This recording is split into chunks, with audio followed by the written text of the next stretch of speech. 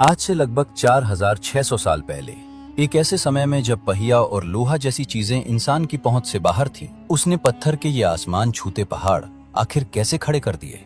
ये कहानी सोने चांदी या किसी महान राजा की नहीं, ये कहानी है उस इंसान की जिसने शिकार छोड़कर दुनिया की सबसे महान और रहस्यमयी सभ्यताओं में से एक को जन्म दिया। एक ऐसी सभ्यता जिसने रेत और समय को भी मात दे दी और कुछ ऐसा बना डाला जो आज भी हमारी कल्पना से परे है। इस वीडियो के अंत तक आप उस खोई हुई तकनीक और इंसानी जज्बे के राज को जान जाएंगे जिसने आज के मॉडर्न इंजीनियर्स को भी सोचने पर मजबूर कर दिया है। हम परत दर परत हर राज खोलेंगे, उस गायब हो चुकी नदी से जो पत्थरों को अपनी पीठ पर लाद कर लाई, उन गुप्त कमरों तक जिनका मकसद आज भी एक पहेली बना हुआ है। तो चलिए समय में पीछे चलते हैं, उस दौर में जब नामुमकिन को मुमकिन किया गया था।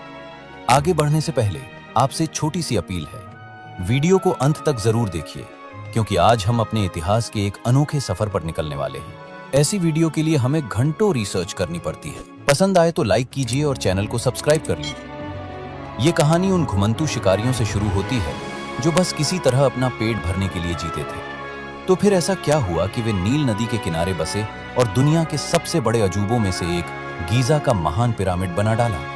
ये कहानी है पत्थर और जुनून की, आस्था और इंजीनियरिंग की। ये कहानी है मिस्र की। आज से लगभग 12,000 साल पहले जब आखिरी हिमयुग खत्म हो रहा था तो धरती गर्म होने लगी। उत्तरी अफ्रीका का विशारा जो कभी हरा भरा था धीरे धीरे रेगिस्तान में बदल रहा था। पानी के स्रोत सूख रहे थे और जिंदगी मुश्किल होती जा रही थी। इसी उथल पुथल के बीच हमारे पूर्वज यानी आदि मानव शिकारी संग्राहकों के छोटे छोटे झुंडों में जीवन की तलाश में भटक रहे थे। उनका बस एक ही लक्ष्य था, किसी तरह पेट भरना और जंगली जानवरों से बचना। उनकी ये तलाश उन्हें एक ऐसी जगह ले आई जो किसी वरदान से कम नहीं थी, नील नदी। ये सिर्फ एक नदी नहीं थी, ये जिंदगी की धड़कन थी।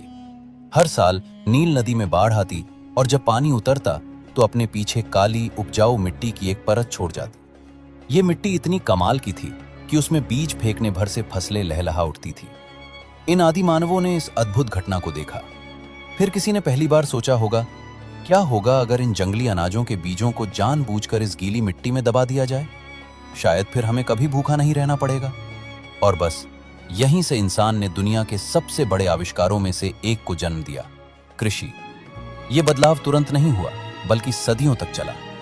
लगभग 6000 से 7000 ईसा पूर्व तक उन्होंने नील नदी के किनारे गेहूं और जौ के अपने पहले बीज बो दिए। लेकिन यहां एक बहुत बड़ी समस्या थी। बाढ़ का पानी तो कुछ हफ्तों में वापस चला जाता और उसके बाद तपता सूरज उस उपजाऊ मिट्टी को सुखाकर पत्थर जैसा बना सकता था। अगर मिट्टी सूख गई तो फसल भी बर्बाद। इसी चुनौती ने उस आदि मानव के अंदर छिपे इंजीनियर को जगाया।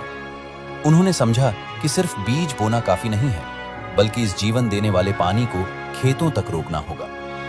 पत्थर और लकड़ी के साधारण औजारों से उन्होंने नील नदी से अपने खेतों तक नहरें खोदनी शुरू कर दी। उन्होंने मिट्टी की छोटी छोटी दीवारें बनाई ताकि बाढ़ का पानी उन नहरों के जरिए खेतों में जमा हो सके और लंबे समय तक नमी बनी रहे। यह दुनिया की पहली सिंचाई प्रणालियों में से एक थी। अब उनके पास साल भर के लिए अनाज था। अतिरिक्त अनाज को मिट्टी के बर्तनों में सहेजा जाने लगा। अब उन्हें खाने की तलाश में भटकने की जरूरत नहीं थी। वे एक जगह टिक कर रहने लगे। छोटी छोटी झोपड़ियां बनी, फिर वो बस्तियां बनी और धीरे धीरे गांव बसने लगे। इंसान अब सिर्फ शिकारी नहीं, एक किसान बन चुका था। यह नील नदी का पहला तोहफा था जिसने खाना बदोश आदि मानव को एक सभ्य जीवन की पहली सीढ़ी पर लाकर खड़ा कर दिया था। लेकिन यह तो बस शुरुआत थी। अब इन बस्तियों को एक नई चुनौती का सामना करना था, इंसानी लालच और हिंसा का। नील नदी की उपजाऊ मिट्टी में उग रहे अनाज की खुशबू अब सिर्फ उन मेहनती किसानों तक ही नहीं रही। ये महक रेगिस्तान के उन भूखे और खूंखार कबीलों तक भी पहुंच रही थी जो अब भी शिकार के लिए भटक रहे थे। और फिर शुरू हुआ इंसानियत के इतिहास का वो दौर जो आज भी जारी है, लूट और कब्जे का संघर्ष। अंधेरी रातों में हथियारों से लैस लुटेरे इन शांत बस्तियों पर हमला करते। महीनों की मेहनत से उगाया गया अनाज लूट लिया जाता और झोपड़ियां जला दी जाती। किसानों को जल्द ही समझ आ गया कि सिर्फ अनाज उगाना काफी नहीं है, उसे बचाने के लिए एक होना पड़ेगा। इसी डर और असुरक्षा के माहौल से एक लीडर की सोच ने जन्म लिया। गांवों ने मिलकर अपने में से सबसे ताकतवर और बुद्धिमान इंसान को अपना रक्षक चुना। इन सरदारों ने लड़ाकों की टुकड़ियां बनाई जो बाहरी हमलों से गांव की रक्षा करती थी। धीरे धीरे कुछ ताकतवर सरदारों ने आसपास के कमजोर गांवों को भी अपने संरक्षण में ले लिया। इस तरह छोटे छोटे राज्य बनने लगे। ये प्रक्रिया सदियों तक चली और लगभग 3100 ईसा पूर्व तक 2 बड़े राज्य उभरकर सामने आए। ऊपरी मिस्र यानी दक्षिण का घाटी वाला इलाका और निचला मिस्र यानी उत्तर का डेल्टा वाला इलाका। और फिर आया एक ऐसा राजा जिसे इतिहास ने हमेशा के लिए अमर कर दिया। पारंपरिक रूप से हम उसे नारमेर के नाम से जानते हैं। नारमेर ऊपरी मिस्र का शासक था। उसने एक विशाल सेना तैयार की और निचले मिस्र पर हमला कर उसे जीत लिया। उसने दोनों राज्यों को मिलाकर एक अखंड मिस्र की स्थापना की और खुद को पूरे मिस्र का पहला फराओ घोषित किया। फराओ सिर्फ एक राजा नहीं था, उसने खुद को जीवित देवता घोषित कर दिया। वो सूर्य देव रा का पुत्र था जिसे धरती पर राज करने के लिए भेजा गया था। उसकी बात पत्थर की लकीर थी, उसका हुक्म भगवान का हुक्म था। इस एक विचार ने मिस्र को हजारों सालों के लिए एक ऐसी स्थिरता दी जिसकी कोई मिसाल नहीं थी, क्योंकि अब राजा का विरोध करना मतलब ईश्वर का विरोध करना था। फराओ के राज में मिस्र ने जबरदस्त तरक्की की। उन्होंने लिखना सीखा, जिसे हायरोग्लिफ्स कहा जाता है। उन्होंने एक कैलेंडर बनाया जिसमें 365 दिन होते थे, ताकि वे नील की बाढ़ का सटीक अनुमान लगा सके। उन्होंने गणित और ज्यामिति में महारत हासिल की, ताकि खेतों का बंटवारा और नहरों का निर्माण सटीकता से हो सके। लेकिन इस सारी तरक्की और शान शौकत के बीच मिस्र वासियों के मन में एक गहरा डर बसा था, मौत का डर। वे मानते थे कि मौत जीवन का अंत नहीं, बल्कि एक दूसरी दुनिया की यात्रा की शुरुआत है। उनका मानना था कि हर इंसान के अंदर का और बा नाम की 2 आत्माएं होती हैं। मौत के बाद बा शरीर छोड़कर देवताओं के साथ रहने चली जाती है, लेकिन का यानी जीवन शक्ति शरीर के पास ही रहती है। इस का को जिंदा रहने के लिए शरीर की जरूरत होती थी। अगर शरीर नष्ट हो गया तो का भी मर जाएगी और उस व्यक्ति का हमेशा जीवित रहने का सपना खत्म हो जाएगा। इसी विश्वास ने उन्हें ममी बनाने की कला सिखाई। ये एक जटिल प्रक्रिया थी जिसमें लगभग 70 दिन लगते थे। वे शरीर के अंदरूनी अंगों जैसे दिमाग, पेट और फेफड़ों को निकालकर उन्हें अलग अलग जार में रखते थे, लेकिन दिल को शरीर में ही छोड़ दिया जाता था। वे मानते थे कि परलोक में न्याय के देवता ओसिरिस के सामने व्यक्ति के अच्छे बुरे कर्मों का हिसाब इसी दिल में होता है। इसके बाद शरीर को महीनों तक नेट्रोन नाम के नमक में सुखाया जाता और फिर उसे लिनेन की सैकड़ों मीटर लंबी पट्टियों में लपेट दिया जाता था। अब अमर शरीर तो तैयार था, लेकिन उसे चोरों और जंगली जानवरों से कैसे बचाया जाए? शुरुआती फराओ को मस्तबा कहे जाने वाले सपाट छत वाले मिट्टी ईंट के मकबरों में दफनाया जाता था, लेकिन ये सुरक्षित नहीं थे। चोर अक्सर इनमें सेंध लगाकर कीमती सामान चुरा ले जाते थे। लगभग 2670 ईसा पूर्व फराओ जोसेर के एक जीनियस वास्तुकार इम्होटेप के दिमाग में एक क्रांतिकारी आइडिया आया। उसने एक मस्तबा के ऊपर उससे थोड़ा छोटा दूसरा मस्तबा रखा, फिर तीसरा, फिर चौथा, और इस तरह 6 विशाल चबूतरों को एक के ऊपर एक रखकर एक सीढ़ीदार ढांचा बना दिया। जब धूल छटी तो मिस्र के लोग हैरान थे। यह दुनिया का पहला पिरामिड था, द स्टेप पिरामिड। पहली बार इंसान ने जमीन पर अपना एक बनावटी पहाड़ खड़ा कर दिया था। लेकिन इंसान की ख्वाहिशें कहाँ रुकने वाली थी? दशकों बाद फराओ स्नेफ्रू ने फैसला किया कि उसे सीढ़ीदार नहीं, बल्कि चारों तरफ से बिल्कुल चिकनी, ज्यामितीय रूप से सटीक ढलान वाला पिरामिड चाहिए। उसके इंजीनियरों ने बड़े जोश में काम शुरू किया, लेकिन उनसे एक भयानक गणितीय गलती हो गई। उन्होंने शुरुआत में 54 डिग्री के बहुत तीखे ढलान पर पत्थर चढ़ाने शुरू कर दिए। जब पिरामिड आधे से ज्यादा बन गया तो इंजीनियरों को एहसास हुआ कि इस एंगल पर ढांचा अस्थिर हो रहा है और ढह सकता है। उन्होंने फौरन ऊपरी हिस्से का एंगल घटाकर 43 डिग्री कर दिया। इसका नतीजा था बेंट पिरामिड, एक ऐसा पिरामिड जो बीच में से मुड़ा हुआ दिखता है। अपनी इस गलती से सीखकर स्नेफ्रू ने एक और पिरामिड बनवाया, द रेड पिरामिड, जो दुनिया का पहला सच्चा चिकनी सतह वाला पिरामिड बना। स्नेफ्रू ने अपने पुरखों की गलतियों से सीखा और अपने बेटे के लिए एक शानदार विरासत तैयार की। और उसका बेटा कोई और नहीं बल्कि खुफू था, वो फराओ जिसने इतिहास की सबसे विशाल और रहस्यमयी संरचना का निर्माण करवाया, गीजा का महान पिरामिड। लगभग 2600 ईसा पूर्व फराओ खुफू के आदेश पर मिस्र के इंजीनियरों ने एक ऐसे प्रोजेक्ट पर काम शुरू किया जिसकी विशालता की कल्पना आज भी रोंगटे खड़े कर देती है। गीजा के पठार पर उन्होंने इतिहास की सबसे बड़ी अकेली संरचना द ग्रेट पिरामिड का निर्माण शुरू किया। आइए एक पल के लिए इसके आंकड़ों की भयावहता को समझने की कोशिश करते हैं। इस पिरामिड को बनाने के लिए लगभग 23 लाख पत्थर के ब्लॉक्स का इस्तेमाल किया गया। इनमें से ज्यादातर पत्थर चूना पत्थर यानी लाइमस्टोन के थे, जिनका औसत वजन 2.5 टन था, यानी एक बड़ी एसयूवी कार के बराबर। लेकिन ये तो कुछ भी नहीं। पिरामिड के अंदरूनी कमरों, खासकर राजा के कमरे को बनाने के लिए असवान नाम की जगह से लाए गए ग्रेनाइट के विशाल ब्लॉक्स का इस्तेमाल हुआ, जो 800 किलोमीटर दूर था। इनमें से कुछ ब्लॉक्स का वजन 50 से 80 टन तक था, यानी लगभग 12 हाथियों के कुल वजन के बराबर। जब ये बनकर तैयार हुआ तो इसकी ऊंचाई 481 फीट यानी 146.6 मीटर थी। ये आज की 40 मंजिला इमारत के बराबर है। और ये खिताब इसने किसी 1-2 सदी तक नहीं, बल्कि अविश्वसनीय रूप से 3800 से ज्यादा सालों तक अपने नाम रखा। 14वीं शताब्दी में जब इंग्लैंड का लिंकन कैथेड्रल बना, तब जाकर धरती पर इससे ऊंची कोई मानव निर्मित संरचना बनी। इसका आधार 13 एकड़ से ज्यादा जमीन पर फैला है, इतना बड़ा कि इसमें दुनिया के 10 बड़े फुटबॉल मैदान समा सकते हैं। अनुमान है कि इस पूरे पिरामिड का कुल वजन लगभग 57 लाख टन से ज्यादा है। तुलना के लिए आज दुनिया की सबसे ऊंची इमारत दुबई की बुर्ज खलीफा का कुल वजन लगभग 5 लाख टन है, यानी महान पिरामिड अकेले बुर्ज खलीफा से 11 गुना से भी ज्यादा भारी है। और सबसे हैरान करने वाली बात, इस महाकाय संरचना को बनाने में अनुमानित रूप से सिर्फ 20 से 27 साल लगे। इसका मतलब है कि अगर मजदूर साल के 365 दिन में 10 घंटे काम करते, तो उन्हें हर 5 मिनट में एक विशाल पत्थर के ब्लॉक को उसकी सही जगह पर रखना होता था। ये सब बिना किसी क्रेन, बिना स्टील या आधुनिक मशीनरी के। ये पैमाना इतना विशाल है कि ये लगभग नामुमकिन लगता है। ये एक ऐसी पहेली है जिसने सदियों से खोजकर्ताओं, इतिहासकारों और वैज्ञानिकों को हैरान किया है। आखिर उन्होंने ये किया कैसे? इतने भारी पत्थरों को खदानों से कैसे काटा गया? उन्हें सैकड़ों किलोमीटर दूर से गीजा के पठार तक कैसे लाया गया? और सबसे बड़ा सवाल, उन 2.5 से 80 टन वजनी पत्थरों को 481 फीट की ऊंचाई तक कैसे चढ़ाया गया? यही वो सवाल है जो हमें इस कहानी के दिल में ले जाता है, जहां हम सदियों पुराने सिद्धांतों और हाल की अविश्वसनीय खोजों के जरिए इस रहस्य से पर्दा उठाने की कोशिश करेंगे। सदियों तक महान पिरामिड के निर्माण का रहस्य अटकलों और कहानियों में डूबा रहा।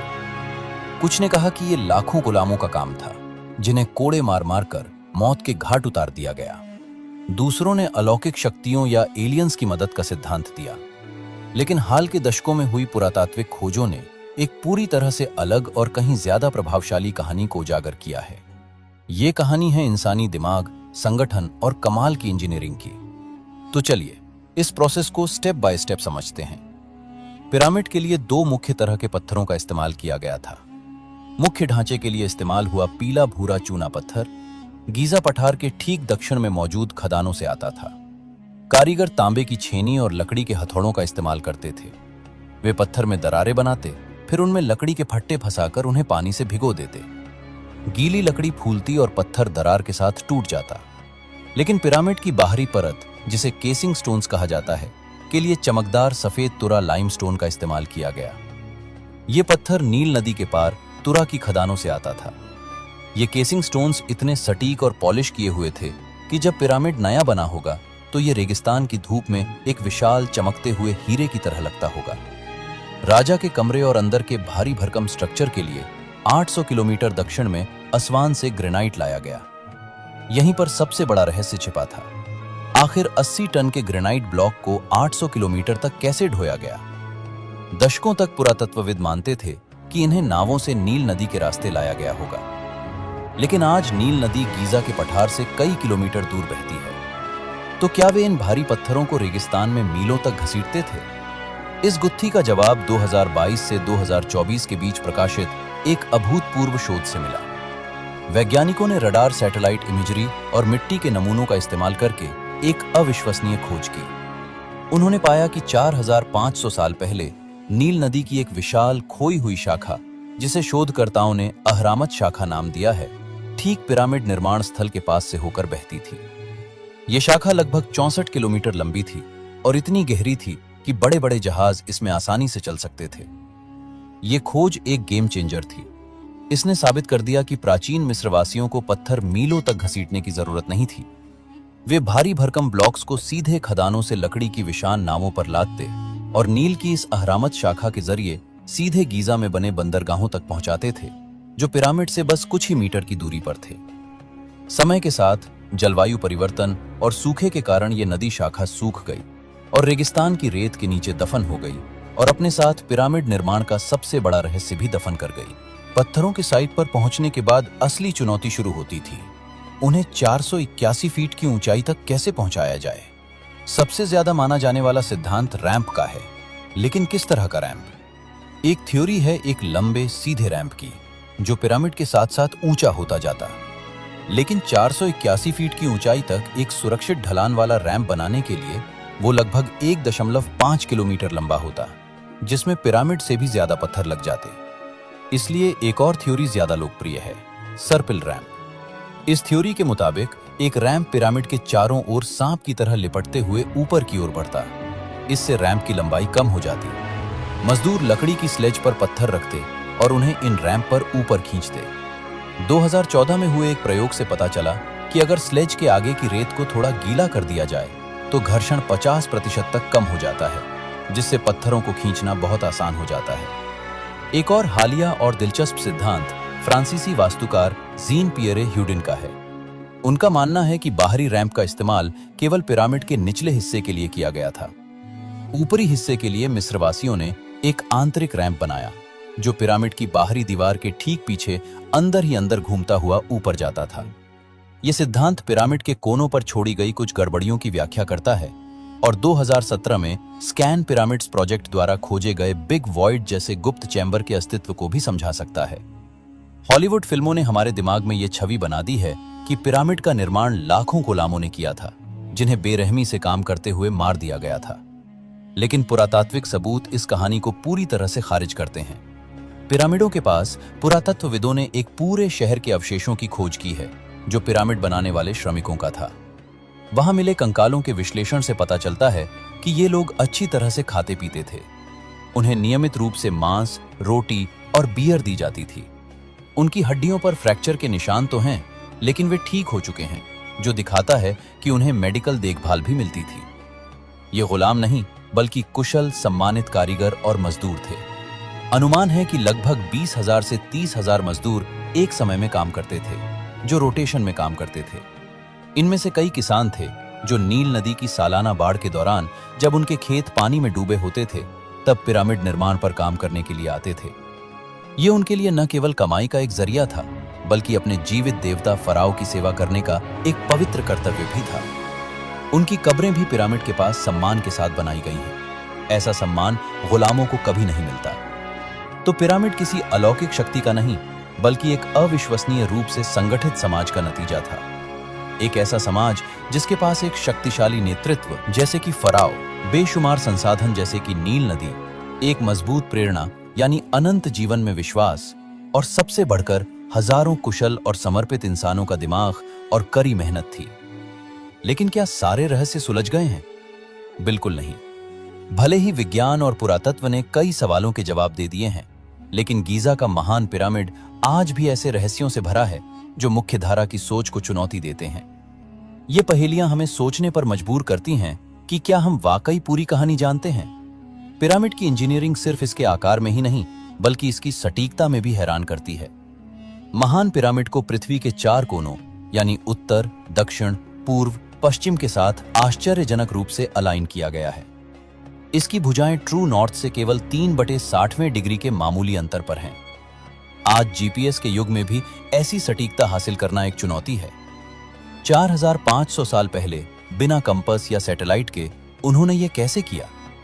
एक सिद्धांत यह है कि उन्होंने रात में तारों की स्थिति को देखकर, खास तौर पर ध्रुव तारे को देखकर यह अलाइनमेंट हासिल किया होगा। इसके अलावा पिरामिड के डायमेंशंस में उन्नत गणितीय स्थिरांक छिपे हुए लगते हैं। यदि आप पिरामिड के आधार की परिधि को उसकी ऊंचाई से दुगना करके भाग देते हैं, तो आपको 3.14159 मिलता है, जो पाई का मान है। ये कैसे संभव है?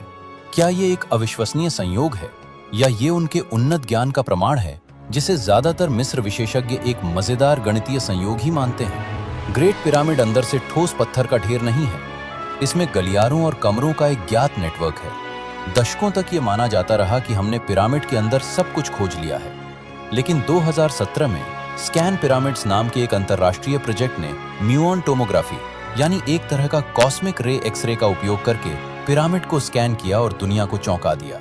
उन्होंने ग्रैंड गैलरी के ठीक ऊपर एक विशाल पहले से अनजान खाली जगह की खोज की, जिसे बिग वॉइड नाम दिया गया। ये खाली जगह कम से कम 30 मीटर यानी 98 फीट लंबी है, जो एक आधुनिक यात्री विमान के आकार की है। इसका मकसद क्या है? क्या ये एक छिपा हुआ कमरा है? इसके बाद 2023 में इसी प्रोजेक्ट ने पिरामिड के उत्तरी मुख पर मुख्य प्रवेश द्वार के ठीक पीछे एक और छिपे हुए गलियारे की खोज की पुष्टि की। ये गलियारा लगभग 9 मीटर यानी 30 फीट लंबा है। इन खोजों ने इस संभावना को फिर से जगा दिया है कि पिरामिड के भीतर अभी भी अनदेखे कमरे हो सकते हैं, शायद फराओ खुफू का असली मकबरा भी, क्योंकि उनके नाम पर बने इस पिरामिड में जो ग्रेनाइट का ताबूत मिला है वो हमेशा से खाली था। 1994 में लेखक रॉबर्ट ब्यूवेल ने एक विवादास्पद लेकिन आकर्षक सिद्धांत पेश किया। उन्होंने तर्क दिया कि गीजा के 3 मुख्य पिरामिडों खुफू, खफरे और मेनक्योर का लेआउट आकाश में ओरायन नक्षत्र की बेल्ट के 3 सितारों के साथ पूरी तरह से मेल खाता है। न केवल उनका अलाइनमेंट बल्कि उनका आकार और चमक भी सितारों के आकार और चमक से मेल खाती है। मिस्रवासी ओसिरिस यानी पुनर्जन्म के देवता की पूजा करते थे और उनका मानना था कि ओसिरिस का आकाशीय रूप ओरायन नक्षत्र है। क्या यह संभव है कि फराओं ने जानबूझकर अपने मकबरों को पृथ्वी पर स्वर्ग का एक नक्शा बनाने के लिए डिजाइन किया था, ताकि उनकी आत्माएं मौत के बाद आसानी से अपने देवता ओसिरिस तक पहुंच सके? ज्यादातर मिस्र विशेषज्ञ इस सिद्धांत को खारिज करते हैं, लेकिन यह विचार आज भी बहुतों को आकर्षित करता है। जहां विज्ञान जवाब नहीं दे पाता, वहां कल्पना उड़ान भरती है। कुछ सिद्धांतकारों का मानना है कि पिरामिड का निर्माण किसी खोई हुई सभ्यता जैसे अटलांटिस के बचे हुए लोगों द्वारा किया गया था, जिनके पास उन्नत तकनीक थी। एक और लोकप्रिय सिद्धांत अलौकिक प्राणियों यानी एलियंस का है। इस सिद्धांत के समर्थक तर्क देते हैं कि 4500 साल पहले के इंसानों के लिए इतने विशाल और सटीक ढांचे का निर्माण असंभव था। वे पूछते हैं, क्या एलियंस ने अपनी उन्नत तकनीक से मिस्रवासियों की मदद की? क्या पिरामिड असल में ऊर्जा संयंत्र या लैंडिंग पैड थे? इन सिद्धांतों के लिए कोई ठोस सबूत नहीं है, लेकिन वे पिरामिड के चारों ओर के रहस्य और आश्चर्य की भावना को दर्शाते हैं। ये अनसुलझी पहेलियां हमें याद दिलाती हैं कि महान पिरामिड सिर्फ पत्थर और गारे की एक इमारत नहीं है। ये एक रहस्य है, समय में जमा हुआ एक सवाल जो हमें विनम्रता सिखाता है और हमें यह स्वीकार करने के लिए मजबूर करता है कि हम अपने पूर्वजों के बारे में सब कुछ नहीं जानते। आज 4500 साल बाद जब हम गीजा के इन खामोश दिग्गजों को देखते हैं, तो हम सिर्फ पत्थर की एक इमारत नहीं देखते, हम मानव इतिहास की सबसे स्थायी विरासतों में से एक को देखते हैं। नील नदी की वो जीवन देने वाली अहरमत शाखा अब सूख चुकी है, रेगिस्तान की रेत के नीचे कहीं खो गई है, लेकिन उसकी विरासत इन पिरामिडों के रूप में आज भी आसमान छू रही है। ये कहानी एक खानाबदोश आदि मानव से शुरू हुई थी, जो सिर्फ जिंदा रहने के लिए संघर्ष कर रहा था। नील नदी ने उसे एक वरदान दिया, उपजाऊ भूमि का। इस भूमि ने उसे किसान बनाया, किसान से वो इंजीनियर बना और इंजीनियर से वो एक ऐसा निर्माता बना जिसने समय को भी मात दे दी। पिरामिड सिर्फ फराओ के मकबरे नहीं थे, वे एक पूरी सभ्यता की महत्वाकांक्षा, उनकी आस्था और उनकी सरलता का प्रतीक थे। वे इस बात का सबूत हैं कि जब इंसान एक साझा लक्ष्य और एक मजबूत विश्वास के साथ एकजुट होता है तो वो क्या हासिल कर सकता है। उन्होंने हमें दिखाया कि सबसे बड़ी बाधाएं हथौड़े और छेनी से नहीं, बल्कि संगठन, योजना और दृढ़ संकल्प से तोड़ी जाती हैं। महान पिरामिड का असली रहस्य शायद एलियंस की तकनीक या खोई हुई जादुई शक्तियों में नहीं छिपा है। इसका असली रहस्य उन 20,000 मजदूरों के पसीने में छिपा है, जो हर दिन तपती धूप में पत्थर खींचते थे। ये उन इंजीनियरों के दिमाग में छिपा है जिन्होंने तारों को देखकर दिशा तय की और गणित के नियमों से एक आदर्श संरचना तैयार की। और ये उन लोगों के दिलों में छिपे विश्वास में है जो मानते थे कि वे सिर्फ एक राजा के लिए कब्र नहीं, बल्कि अपने ईश्वर के लिए अनंत काल का घर बना रहे हैं। गीजा के पिरामिड हमें एक सरल लेकिन गहरा सच सिखाते हैं, संघर्ष से ही महानता का जन्म होता है।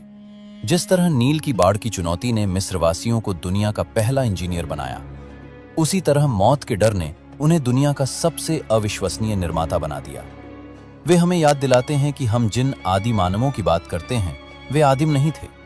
उनके पास बस अलग औजार थे, लेकिन उनका दिमाग, उनकी रचनात्मकता और उनकी महत्वाकांक्षा उतनी ही शक्तिशाली थी जितनी आज हमारी है। शायद हम कभी भी हर एक रहस्य को पूरी तरह से नहीं सुलझा पाएंगे, शायद कुछ दरवाजे हमेशा के लिए बंद रहेंगे, और शायद यही पिरामिडों की असली खूबसूरती है। वे हमें हमेशा सवाल पूछने, हमेशा खोजने और हमेशा हैरान होने के लिए प्रेरित करते रहेंगे। तो अगली बार जब कोई आपसे पूछे कि आदि मानव ने ये विशाल पिरामिड कैसे बनाए, तो उन्हें बताएं कि ये कहानी किसी जादू की नहीं बल्कि इंसानी जज्बे की है।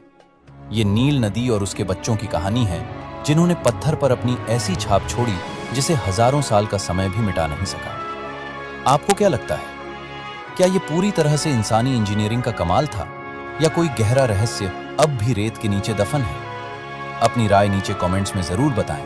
अगर आपको मिस्र की इस रहस्यमयी दुनिया की यात्रा पसंद आई हो तो इस वीडियो को लाइक करें, अपने दोस्तों के साथ शेयर करें, और ऐसी ही और भी ऐतिहासिक और रहस्यमयी कहानियों के लिए हमारे चैनल को सब्सक्राइब करना ना भूलें।